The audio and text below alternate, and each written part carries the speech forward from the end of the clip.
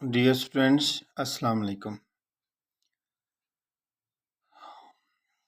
آج ایک مختصر سی ویڈیو لے کے آپ کی خدمت میں حاضر ہوں۔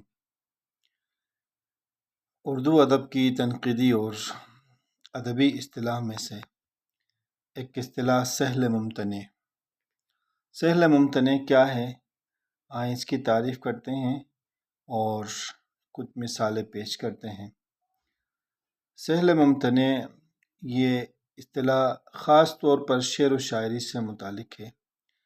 بعض اوقات کسی شاعر کا شعر اس قدر سادہ، سلیس، آسان اور سہل ہوتا ہے کہ پڑھنے سننے والا کہہ اٹھتا ہے کہ ایسا تو میں بھی کہہ سکتا ہوں، مگر جب کہنے کی کوشش کی جائے تو نہ کہا جا سکے۔ ایسے شعر کو سہل ممتنع کہا جاتا ہے۔ عام طور پر ایسے اشعار جن کی زبان آسان، سادہ اور رواں ہو اور انداز میں بے ساختگی اور برجستگی کا جوہر ہو، سہل ممتنع کی تعریف میں آتے ہیں۔ لیکن یہ بات اپنی جگہ اہم ہے کہ اس قسم کے اشعار میں انتخاب الفاظ، ان کی نشست و تراکیب اس قدر برمحل اور برجستہ ہوتی ہیں کہ اگر کوئی ان کے الفاظ کو تبدیل کرنا چاہے تو ناممکن ہو۔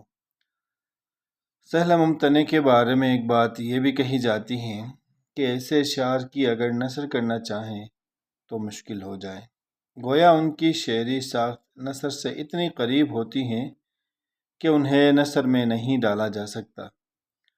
اردو شاعری میں ہر بڑے شاعر کے ہاں سہل ممتنع کی بے پناہ مثالیں مل جائیں گی۔ آج یہاں پہ میں اردو ادب کے ایک بڑے شاعر مرزا اسد اللہ خان کی ایک غزل کے چند اشعار آپ کے سامنے رکھتا ہوں۔ آپ ان پر غور کریں اور دیکھیں کہ ان اشعار میں یہ خوبی کس طرح جادو جگا رہی ہے۔ غزل کے چند اشعار پیش خدمت ہیں۔ دل ناداں تجھے ہوا کیا ہے، آخر اس درد کی دوا کیا ہے، ہم ہیں مشتاق اور وہ بیزار، یا الہی یہ ماجرا کیا ہے، ہم کو ان سے وفا کی ہے امید، جو نہیں جانتے وفا کیا ہے۔